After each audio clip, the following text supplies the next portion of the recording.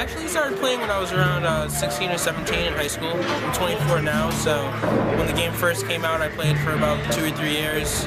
When I first played him, I was probably around 16 or 17 years old, and it was one of my first tournaments, and he actually wasn't that great back in the day. He's kind of brash, he talked a lot of smack, but then when he blew up, and I saw him at UMass, I had no idea it was him. I thought it was just some random really good kid. What's your handle on Smash Wars? And he was like, oh, Korean DJ. I was like, holy crap! Like the legendary Korean DJ? Next. I thought I was decent in Melee because I'd been playing since I was like 11. I had read about Korean DJ, not knowing who he actually was. I landed one hit and got wrecked. He got 5%! He's always been, I guess, quirky, like he'll do things that people don't expect, and that's one of the reasons he took everyone by surprise. KDJ went from nothing to the biggest stage Melee had ever known in less than a year. A year full of upsets and innovation, new rivals and old comebacks, all culminating in a match that would forever define him and the game he came to master.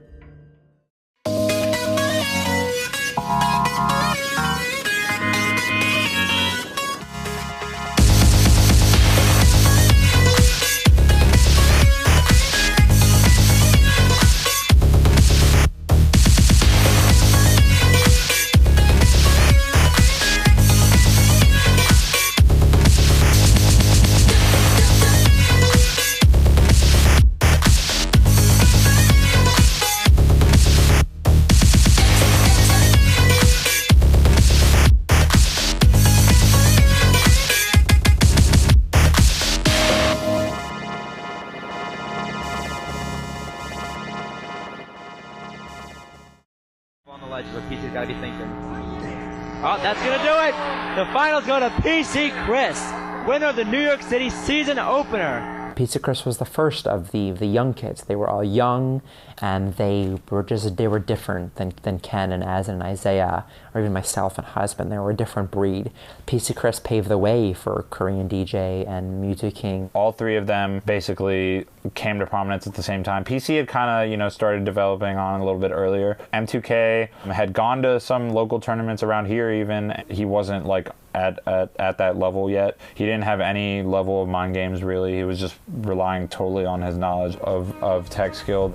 Korean DJ, we just didn't hear about at all.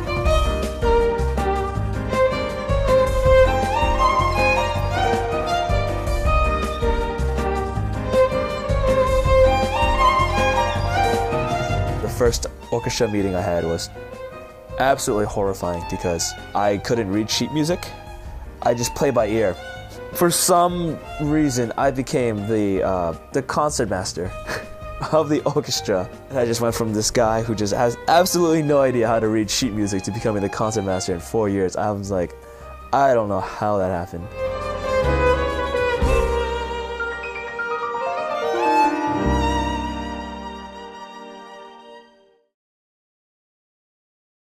My dad was like the CEO of his own like clothing store called J City, and it was really successful. We had many chains up in Boston. We were actually thinking about extending it to like New England. I remember it was second grade. My dad and my mom went to a business trip down in Florida. My dad had to go pick up some shipments, some jeans from China that he had imported. One of my dad's friends gave him a referral. It's like, oh, this guy can give you a ride. The guy went to a bar, and he was pretty hammered. He dozed off on the wheel, crashed into a concrete wall. Doctors were like, no, this guy has only like a 10% chance of living. As a second grader, you don't really understand the magnitude of how serious things are. He just wouldn't give up. Like, he just didn't care. He just wanted to just get better. Just to see that happen, it's really inspirational. Like to see him like going through all this stuff. My father was in the hospital and recovering. My mom had to go to work, so most of the time I was by myself. A lot of the things that I did to really pass the time was like video games.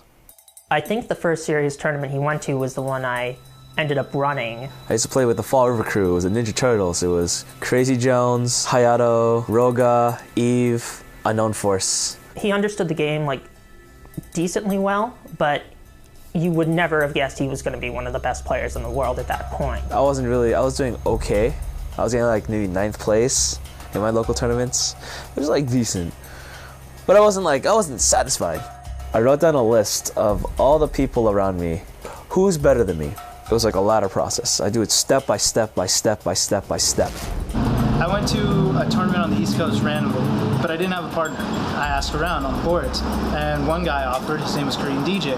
And this was when he wasn't so good, and I was fucking excellent. You know, I was like, let me just kind of keep looking around, like, but I really didn't want to team with him. Like, I didn't know who he was. He wasn't doing very well. Like, he was just kind of low level. You knew every good person in the country. Now, let's say I was as good as I was, which I know I'm not. You don't know who can beat you. You can go into a tournament and lose to someone whose name you don't know because there's just so much skill, and also the spectrum is wider and there's more notches along the way. Instead, when I show up, he money matched. He asked me for a money match. We were playing money matches. He wants to money match me. I was notorious for money matching literally everybody. I don't care how good you are. I don't care if you're Ken. I don't care if you're PC Chris. I don't care if you're Isaiah. I'll money match you $5. Truth be told, I spanked him. Like, I messed him up. I creamed him, and he said, again. Your money boss creamed him again. I was like, I think you need to let some other people... He asked me to money match. I was like, who is this guy? He intentionally knew at first he was going to lose a lot of them, but you have to factor in the money. He was paying maybe $5 or whatever it was to get matches with the best players, and they were going to be taking it more seriously than they would in friendlies, where they almost never play seriously and almost always sandbag. And then he goes, okay, we'll rematch again. It's like, all right, sure. Like, he wants to give me more money, that's fine with me. Next event, it was an MLG. He had a chance to play them and get to learn their styles and see what it was they were doing and figure out why he was losing. And I was like, wow, I'm starting to get better.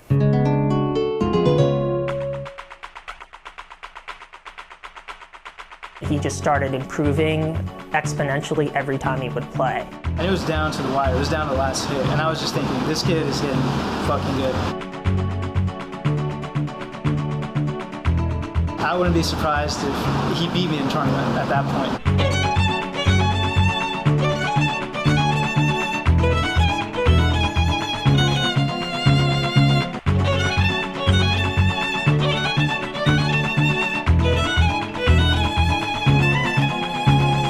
I saw him starting to annihilate people like Neo and chilling in money matches and just like destroy them. And they were like, what the hell? Who is this kid?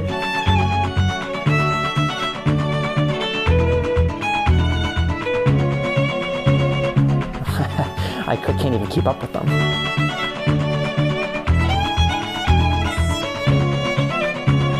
Kind of turned from feeling sorry for him to kind of having a lot of respect for him, because he was willing to get his ass beat. Ever since then, I wasn't even close.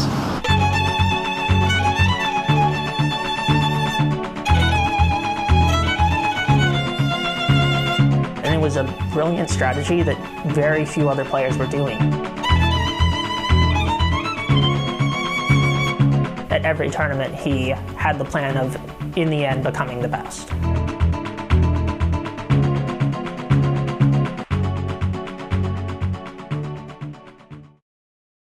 I felt like me and KDJ instantly got along. I mean, I feel like I have a lot of rivals, but me and Korean DJ are another rivalry, because like New York versus Boston, we got that going on. I hung out with him the most out of any of the other professional players, and definitely had a great time hanging out with him. He's a good guy.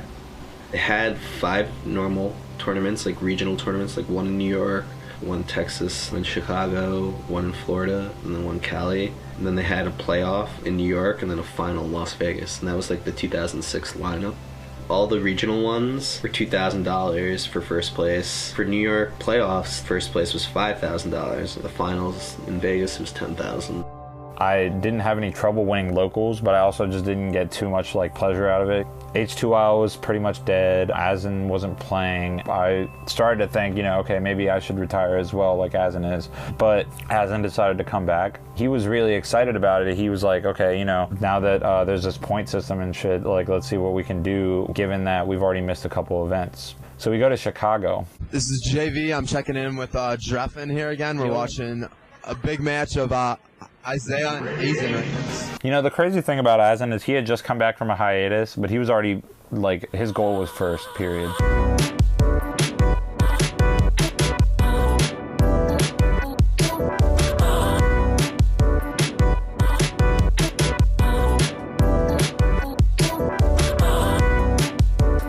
When Azen would take retirements, it seemed to like clear his mind when it came to Smash, and he would come back even better somehow, even though he hadn't been playing at all.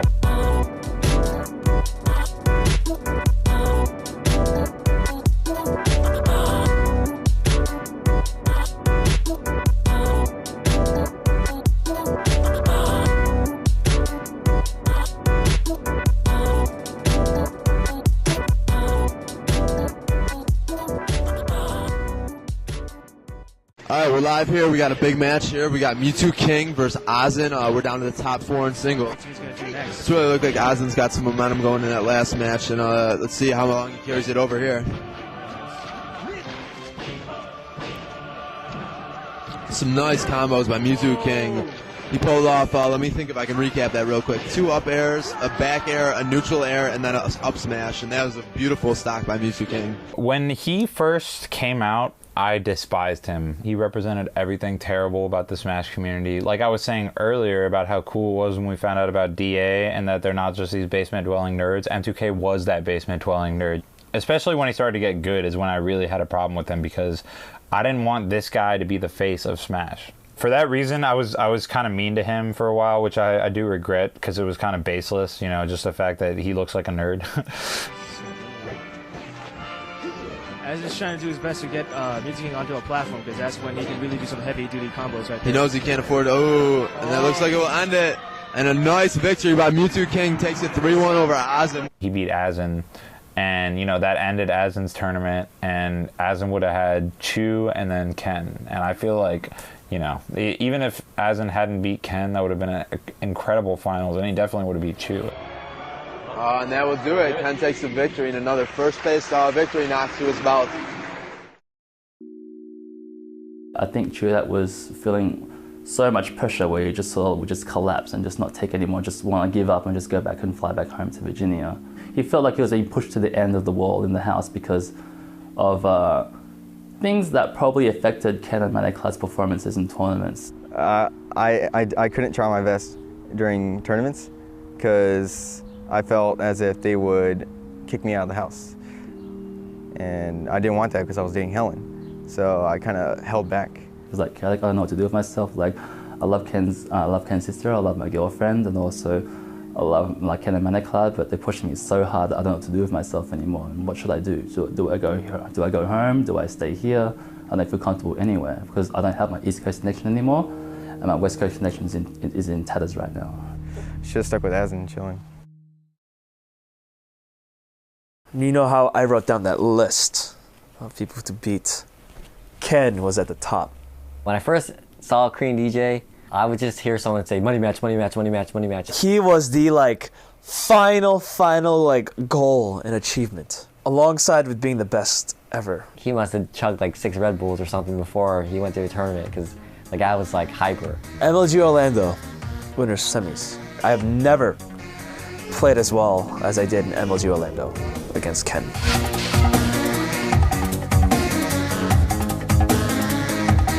I was starting to do things with Sheik that I never thought was possible. DVD popped open, said it was full in the middle of my match against Ken, so I wasn't able to keep it. There are certain things that I was doing with Sheik that I never did again, and I wanted to see what was I doing.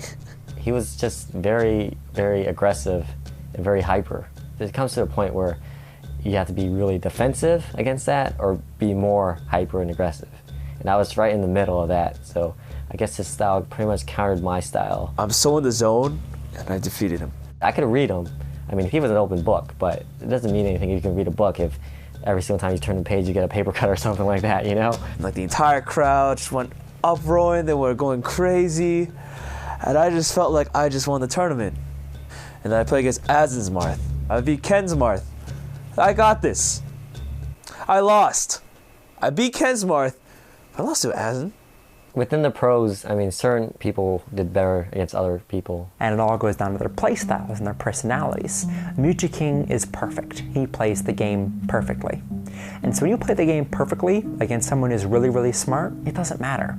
Think about Muji King versus Azen. Azen makes the right choice. Let's say Azen makes the right choice every time. Then Muji King, all he has to do is think about what the next step would be to combat the right choice, because he's a computer. Input information, what's the winning combination, done. So Muji King can beat Azen.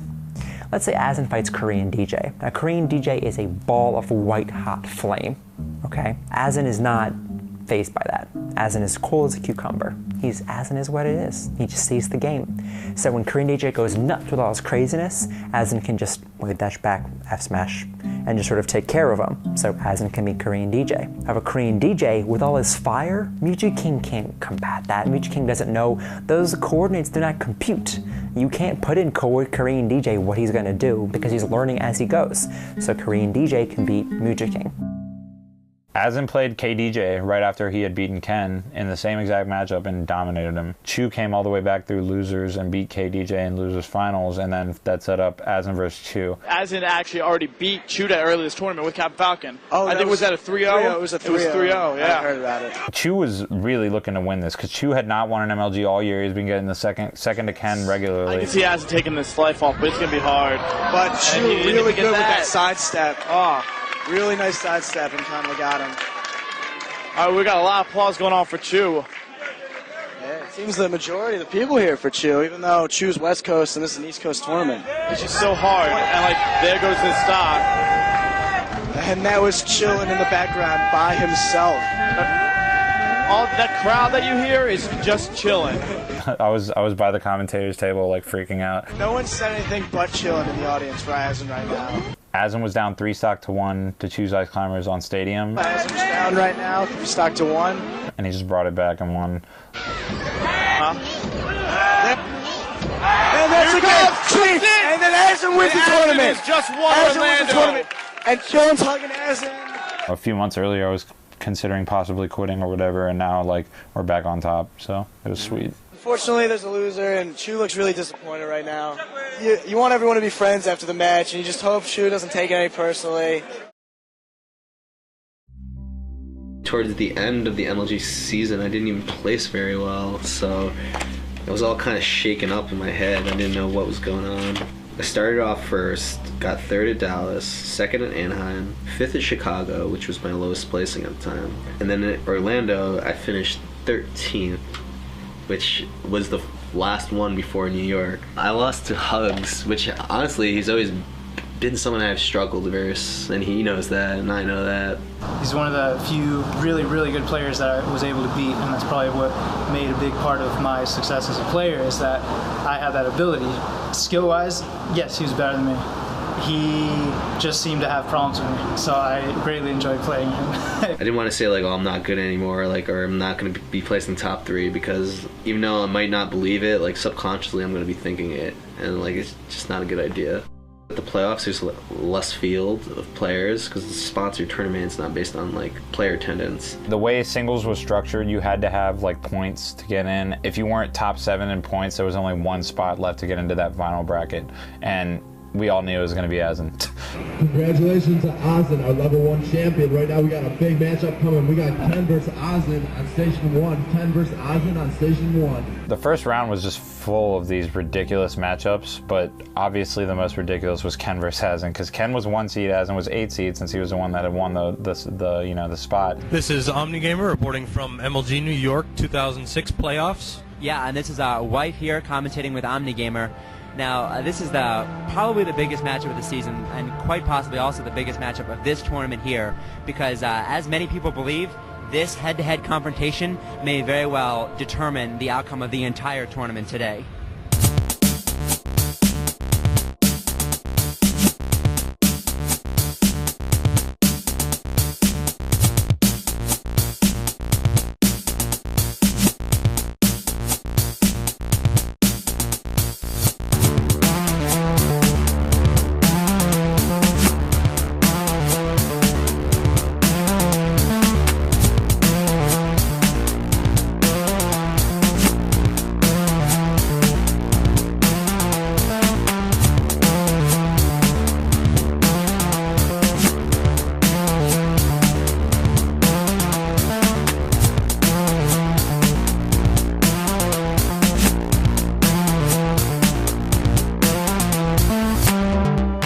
blue march and the red march, they've always meant one thing.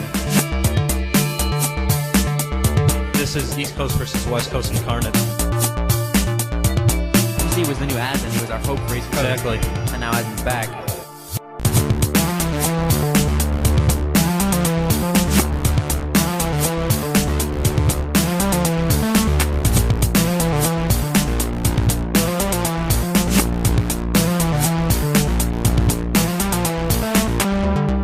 Asin seems a little unsettled right now. He's behind in matches and then behind in percent of this one. Arguably the best player in the world at that time, and you're down 3 stock to 1 and about to lose a set if you drop that match. You know, it's not even the deciding match, but, you know, he didn't have any more matches to give. If Ken wins this one, it's over for this set.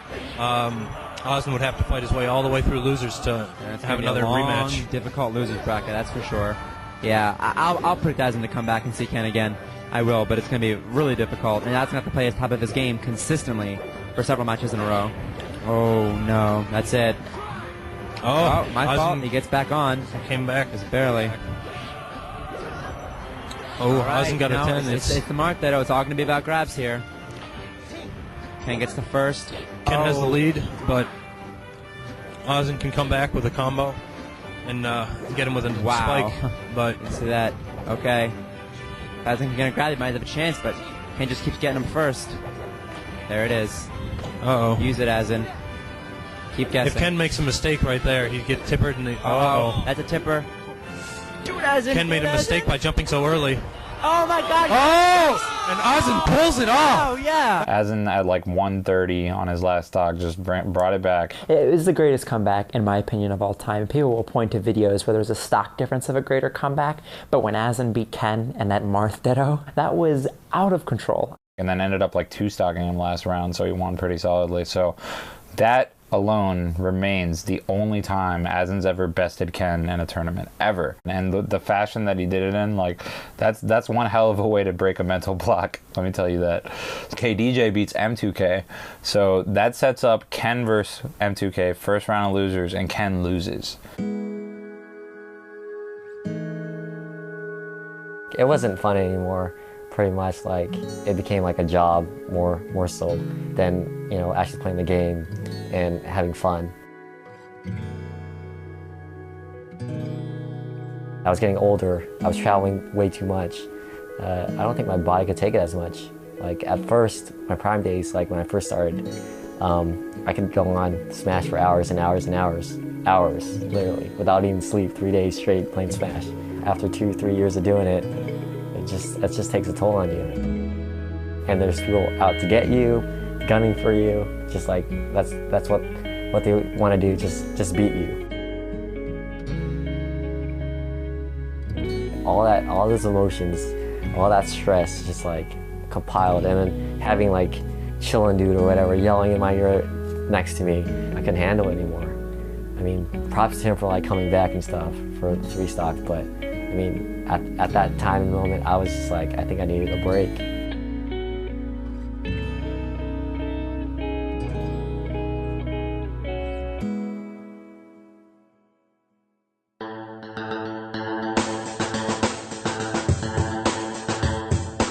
But we should also congratulate the East Coast hero Asin, who took out his West Coast nemesis Ken on his road to his very first Major League Gaming Smash Singles Championship. We're here at MLG's playoff event in New York City where Asin just won the Smash Singles event. Asin, congratulations, man. How'd you do it? Thank you.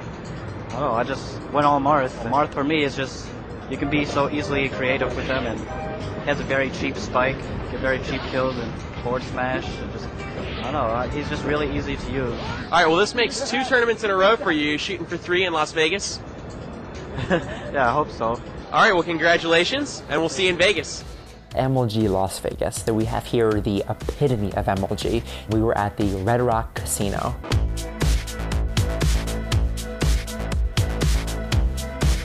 This hotel was gorgeous. Chandeliers, but tasteful chandeliers. Fantastic food. The shower had a mirror, so you could watch yourself shower, or presumably watch yourself have sex with the hooker. Vegas, baby. We flew there on MLG's dime. We took a taxi on MLG's dime to get there, stayed in the hotel that MLG paid for.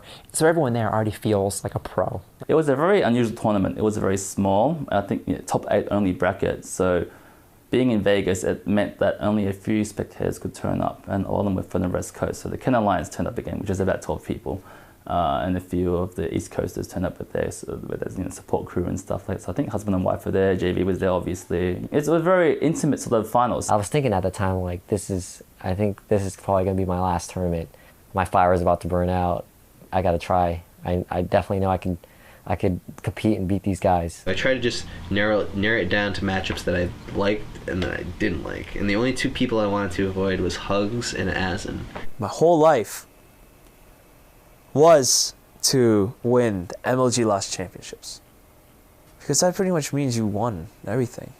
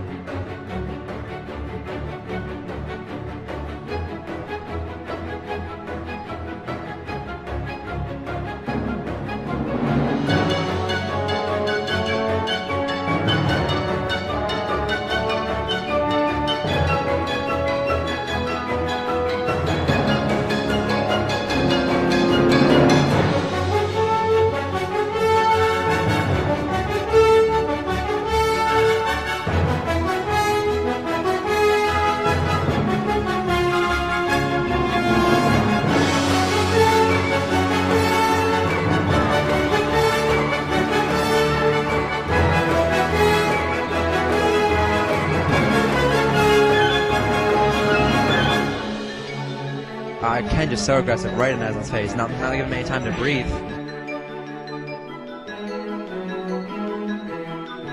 And that is it.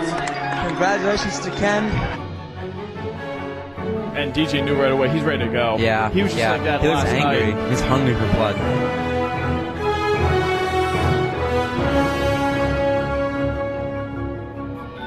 You guys like caged animals just taking turns running train on each other. Badge card continues. DJ's in control. Ken's in control. Back. He's signed up to die. That might be it. Oh my god. Oh, the cloud's coming. Here comes the cloud. Cloud can change it.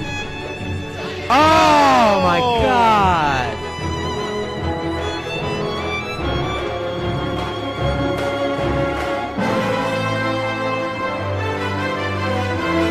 Like, I was like, alright, this is my tournament. This is my dream.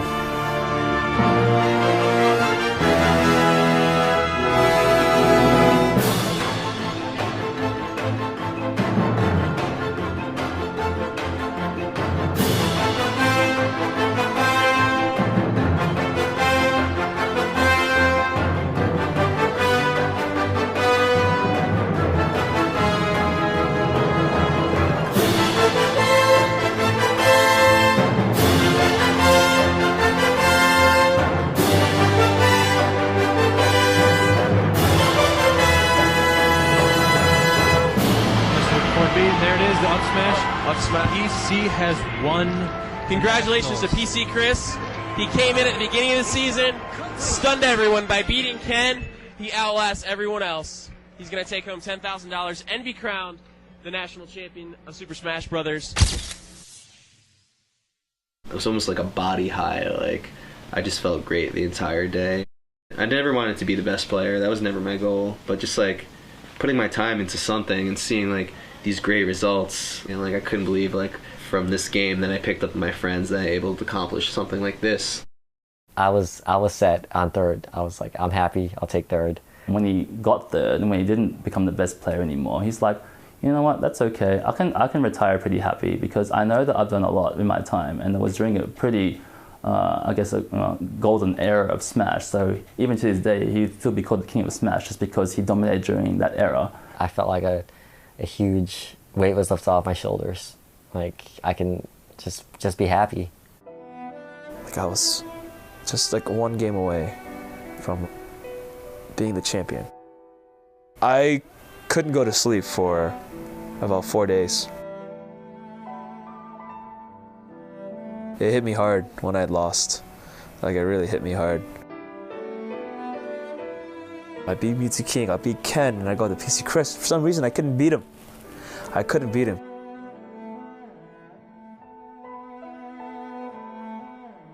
I was so close. And I have to wait another year?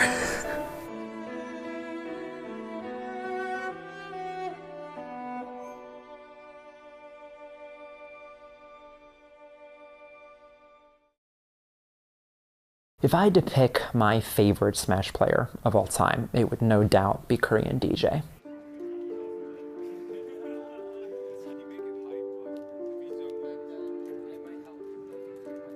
For me, he's the spirit of Smash. He has this fire in him that's fantastic to watch. Once in an interview, he said that he played the game like a freestyle rap. It was different for him, and you could see it. In game, I mean in high-level tournament matches, you can see him trying new things and learning as he goes. I don't think anyone ever wanted to take a stock so badly in their life. I don't think anyone ever just hated the character, not the person, the character. He was like, I need to just take these stock and just destroy them. And it's that kind of mentality, that personality that drove him to fly off the ledge farther than people ever had, and just ledge guard in a way that was just rude. It was beautiful to watch. My favorite player of all time.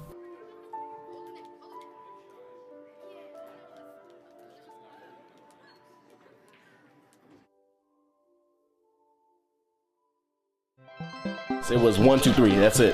First stop, gone. I just rage quit it. I said I couldn't do it. When I saw that Marth, I was like, he's going to be the best player in the world. Unless you're frame perfect, you're not good enough. He's in that Rain Man world. Mewtwo King can, in fact, recite many, many, many digits of pi. Almost positive he just didn't understand the concept of paying for something in a store. A lot of them felt like Brawl was intentionally made to not be a competitive game, which is true. It's like something broke in his brain, and he forever has a mind block.